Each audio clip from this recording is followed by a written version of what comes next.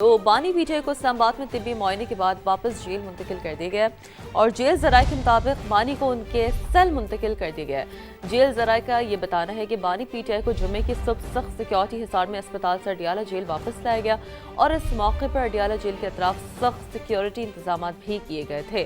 بانی پی ٹی آئی کے جیل منتقل ہونے کے بعد انتظامیہ نے انہیں واپس ان کے سیل منتقل کر دیا گیا۔ اچھا، میں نے آرڈر پڑھا ہے سپریم کورٹ کا، تو اس میں یہ کہا گیا تھا کہ جب تک اگلی سماعت نہیں ہوتی تب تک جو ہے اسے بانی پی ٹی آئی کو جیل میں رکھا جائے گا۔ خیر، اڈیالہ جیل واپسی سے قبل گزشتہ شب 12:30 بجے کے بعد بانی پی ٹی آئی کو سخت سیکیورٹی حصار کے دوران ایک قافلے کی صورت میں اسلام آباد منتقل کیا گیا تھا، جس کے دوران ان کا طبی معائنہ اور ضروری ٹیسٹ بھی کیے گئے تھے۔ جیل سے اسپتال روانگی سے قبل ان کے ذاتی معالج ڈاکٹر فیصل سلطان اور بہن ڈاکٹر عظمیٰ بھی جیل پہنچے تھے۔ بانی پی ٹی آئی کو سپریم کورٹ کے احکامات پر اڈیالہ جیل سے اسپتال منتقل کر کے ان کا طبی معائنہ کیا گیا ہے۔ جی، اور ایک بڑے پن کا ایک مظاہرہ بھی ہے، ایک اسٹیٹمنٹ بھی سامنے آیا ہے، وہ بھی طارق فضل چودھری کے اسٹیٹمنٹ کی ہم بات کر رہے ہیں کہ بانی کو علاج کے لیے بیرون ملک بھی لے جانا چاہیں تو حکومت تعاون کرے گی۔ وفاقی وزیر طارق فضل چودھری کا سینٹ میں اظہار خیال اس موقع پر سامنے آیا۔ انہوں نے یہ بھی کہا کہ نظرثانی درخواست میں سپریم کورٹ سے رائے مانگی ہے کہ کیا یہ فیصلہ صرف ایک قیدی کے لیے ہے یا سب کے لیے ہے۔ سپریم کورٹ سے رجوع کرنے کا مقصد فیصلے کی توہین یا اس پر عمل درآمد میں رکاوٹ ڈالنا نہیں ہے۔ تو طارق فضل چودھری کی جانب سے یہ کہا گیا ہے، ان کا کیا کہنا تھا سینٹ میں اظہار خیال کرتے ہوئے، ذرا ناظرین کو سنواتے ہیں۔ کورٹ کے فیصلے پہ عمل درآمد کے حوالے سے آج بھی ہم قائم ہیں۔ جو رجوع کیا گیا ہے سپریم کورٹ آف پاکستان سے، وہ صرف اتنا ہے کہ کیا یہ فیصلہ صرف ایک قیدی کے لیے ہے یا for all times to come ہے۔ جو مروجہ قوانین ہیں اس میں جتنے سزا یافتہ لوگ جیلوں میں ہیں انہیں علاج کی سہولیات سرکاری اسپتالوں میں مہیا کی جاتی ہیں۔ لا آف دا لینڈ یہ ہے کہ اگر وہ سہولیات جو عمران خان صاحب کو چاہیے اگر وہ گورنمنٹ ہاسپٹل میں نہیں ہے تو گورنمنٹ پابند ہے اس بات کی کہ انہیں شفا بھیجیں، یا بیرون ملک جانا ہے وہ بھی فیصلہ ہو سکتا ہے۔ آئیں بیٹھ کر بات چیت کریں، یہ میں آپ کو نہیں کہہ رہا، یہ وزیر اعظم نے کہا ہے پی ٹی آئی کو۔ انہوں نے کہا ہے کہ معاملات کو طے کرتے ہیں، بات چیت سے ہی مسائل حل ہوں گے۔ وزیر اعظم پہلے بھی کئی دفعہ اپوزیشن کو یہ کہہ چکے ہیں، ایک بار پھر اپوزیشن کو وزیر اعظم نے مذاکرات کی دعوت دی ہے۔ انہوں نے کہا ہے کہ حزب اختلاف کے ساتھ بامقصد مذاکرات کے لیے تیار ہیں، لیکن تالی دونوں ہاتھوں سے بجتی ہے۔ یہ بہت اہم بات ہے کہ اگر ہم آگے بڑھ رہے ہیں تو آپ بھی تھوڑا سا آگے بڑھیں، اور تالی اگر ہم بجانا چاہ رہے ہیں تو آپ بھی اپنا ہاتھ آگے بڑھائیں، اور اب ان پر منحصر ہے کہ وہ کب تک میز پر آتے ہیں۔ وزیر اعظم شہباز شریف نے یہ پی ٹی آئی کو کوٹ کرتے ہوئے کہا ہے کہ ہم انہیں دعوت دے رہے ہیں، لیکن ان پر یہ منحصر ہے کہ وہ کب ہماری دعوت قبول کرتے ہیں۔ اچھا، یہ جیسچر ہمیں وزیر اعظم شہباز شریف کا ہمیشہ دکھا ہے، آلویز انہوں نے یہ بات کی ہے کہ بھئی ہم تو چاہتے ہیں کہ ٹیبل پر آ کر بات ہو، جو مذاکرات ہیں وہ ہو، اور پھر ظاہر ہم نے دیکھا کہ بعد میں بھی جب جوائنٹ سیشنز ہوتے رہے تو کس طرح سے وہ اپوزیشن کے باقاعدہ ڈیسک پر آ کر ان سے خود ملے ہیں۔ بہت بڑے پن کا مظاہرہ، and that's how the democratic system looks like. تو ذرا انسائٹس آپ کو دکھاتے ہیں وزیر اعظم شہباز شریف نے کیا کہا۔ اپوزیشن کے ساتھ میں نے ہمیشہ کہا کہ ہم بامقصد بات چیت کے لیے تیار ہیں۔ فلور آف دی ہاؤس پہ بھی میں نے کہا، کابینہ میں بھی کہا، آج پھر میں یہ بات دہرانا چاہتا ہوں، اس فورم سے اپوزیشن کو انوائٹ کرتا ہوں کہ وہ آئیں، بیٹھ کے بات کریں، معاملات ہیں ان کو بات چیت سے طے کریں تاکہ پاکستان کی معاشی ترقی اور جمہوریت کو ہم تقویت دے سکیں۔ مگر تالی دونوں ہاتھوں سے بجتی ہے۔ اب ان کے اوپر یہ منحصر ہے کہ وہ کتنی جلدی ایک کنسٹرکٹیو ڈائلاگ کے لیے تیار ہوتے ہیں۔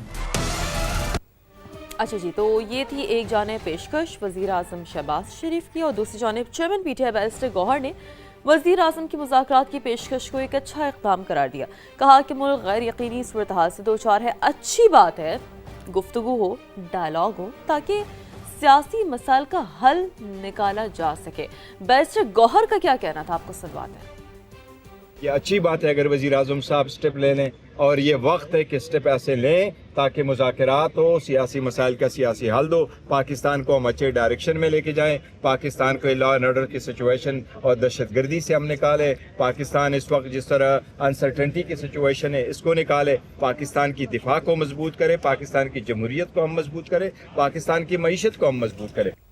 یہ تو جی سیاسی ملکی حالات تھے. انٹرنیشنلی کیا ہو رہا ہے اور خصوصاً مشرق وسطیٰ میں ایران اور امریکہ جنگ کی بات کریں, اس تناظر میں کیا ہو رہا ہے وہ ڈسکس کر لیتے ہیں. ایران کے ساتھ معاہدہ کرنا آسان نہیں ہے. کوئی نہیں جانتا کہ اس وقت ایران کی قیادت کون کر رہا ہے. امریکی صدر کی جانب سے یہ تنقید کی گئی ہے اور ایک طرح سے انہوں نے طعنہ بھی مارا ہے کہ کوئی نہیں جانتا کہ ایران کو لیڈ کون کر رہا ہے.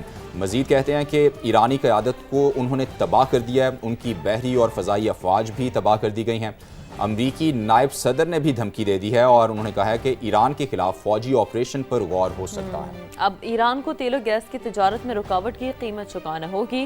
واشنگٹن ایران کے خلاف اقدامات جاری رکھے گا. تو امریکی صدر ڈونلڈ ٹرمپ جنہوں نے ایک بار پھر یہ کہا ہے کہ ایران کے ساتھ جو معاہدہ کرنا آسان نہیں ہے اور کوئی نہیں جانتا کہ اس وقت ایران کی قیادت کون کر رہا ہے. اچھا, اس سے پہلے بھی بعض اوقات جو ہے وہ یہ کہتے ہوئے پائے گئے ہیں کہ کون کر رہا ہے ایران کی قیادت, کیونکہ ہم نے ان کی قیادت کو تو مکمل طور پر ڈاؤن کر دیا ہے. تو اس طرح کی کچھ چیزیں جو کہ امریکی صدر ڈونلڈ ٹرمپ کہتے رہے ہیں, تنقید انہوں نے کی ہے.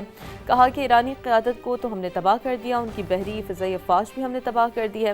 امریکی نائب صدر کی بھی دھمکی ہے, یعنی کہ ایک جانب امریکی صدر ڈونلڈ ٹرمپ نے ایک اسٹیٹمنٹ دیا ہے تو دوسری جانب جے ڈی وینس جو وائس پریزیڈنٹ ہیں انہوں نے بھی ساتھ ساتھ جی اپنا جو ایک کنٹریبیوشن ہے وہ دیا ہے. کہتے ہیں کہ ایران کے خلاف فوجی آپریشن پر غور ہو سکتا ہے, یعنی کہ اسٹل وی کوڈ سے کہ Washington is some how in some where thinking کہ اگر دوبارہ سے ہمیں کسی بھی فوجی آپریشن کی ضرورت پڑی تو ہم وہ اس آپشن پر جائیں گے.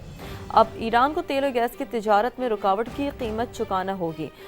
چونکہ ظاہر سی بات ہے, وی آل نو کہ آپ کے پاس جو اسٹریٹ آف ہارمز والا سارا کا سارا معاملہ ہے وہ اس سے لنکڈ ہے, وہ اس سے جڑا ہوا ہے. اینڈ دیٹس دا ریزن کہ یہ کہا جا رہا ہے کہ ایران کو جو تیل و گیس کی تجارت ہے اس میں جو رکاوٹ ہو رہی ہے کیونکہ اسٹریٹ آف ہارمز میں, بٹ دین اگین جب ہم اس کو اس لینس سے موزم انالائز کرنے کی کوشش کرتے ہیں تو پھر آپ یہ دیکھیں کہ کبھی کبھار امریکہ کہتا ہے کہ جی اسٹریٹ آف ہارمز پہ تو ہمارا کنٹرول ہے, اور پھر اس طرح کے امریکہ کی جانب سے یہ بیانات آنا کہ جی ایران نے جو تیل و گیس کی جو رکاوٹ میں جو ترسیل میں رکاوٹ ڈالی ہوئی ہے, مطلب تھوڑا سا جب ہم ایک ان براڈر لینس دیکھتے ہیں کہ دونوں جو ممالک کا اسٹیٹمنٹس کا تبادلہ ہے تو ہمیں ایک چیز بڑی, ہم کہتے ہیں نا انٹرنیشنل ریلیشنز کے جو طلباء ہیں جو پڑھتے ہیں IR, وہ اس چیز کو بہتر لنک کر سکتے ہیں کہ ان دس سینیریو جب بھی اس طرح کی کوئی سچویشن ہوتی ہے چاہے جنگی صورتحال ہوئی ہے, اس کے علاوہ تو اس میں جو بیانیے کی جنگ ہے نا وہ بہت میٹر کرتی ہے. اب آپ دیکھیں گے کہ اسپیشلی مشرق وسطیٰ کی صورتحال ہو, اسٹریٹ آف ہارمز کا معاملہ ہو, یعنی کہ جب سے امریکہ ایران کا جو معاملہ شروع ہوا ہے آن گراؤنڈ جنگ کے علاوہ ہم نے دیکھا کہ ایک تو بیانیے کی جنگ ہے اور اس سے بھی امپورٹنٹ کیا ہے اکنامک, یعنی کہ اب آپ دیکھیں کہ معاشی طور پر امریکہ کا سارا دار و مدار کس بات پہ کہ جی ہم نے ایران کو جو ہے وہ معاشی طور پر کمزور کر دیا. سو ان کے جو سارے اسٹیٹمنٹس ہیں وہ اس کے سینٹر. اب وہ یہ کہہ رہے ہیں کہ بلکہ کہہ نہیں رہے, وہ کام انہوں نے شروع بھی کر دیا ہے, چونکہ ایران پر اقتصادی دباؤ مزید بڑھاتے ہوئے نئی پابندیاں عائد کر دی ہیں. ایک تو پہلے سے ہی جو پابندیاں عائد تھیں, سینکشنز لگی ہوئی تھیں, اب وہ نئی اسے مزید بڑھاوا دیا جا رہا ہے. 21 شخصیات اور 16 کمپنیز پر پابندیاں عائد کی گئی ہیں اور امریکی محکمہ خزانہ کے مطابق کارروائی کا ہدف ایران کا خفیہ مالیاتی یا شیڈو بینکنگ نیٹ ورک ہے. یہ نیٹ ورک تیل کی برآمدات سے حاصل رقوم کی منتقلی میں مدد فراہم کرتا ہے. پابندیوں میں ایرانی بینک سے منسلک جبکہ فرنٹ کمپنیز ہیں اور ایکسچینج جو کمپنیز ہیں وہ بھی ان جو ہے جو پابندیاں لگائی گئی ہیں ان میں شامل ہیں.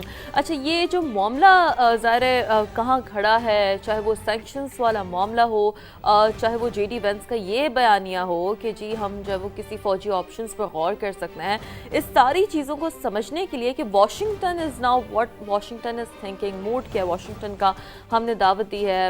فیض رحمان صاحب ہیں, بہت شکریہ فیض صاحب, very senior analyst, thank you very much, آپ نے ہمارے لیے وقت نکالا.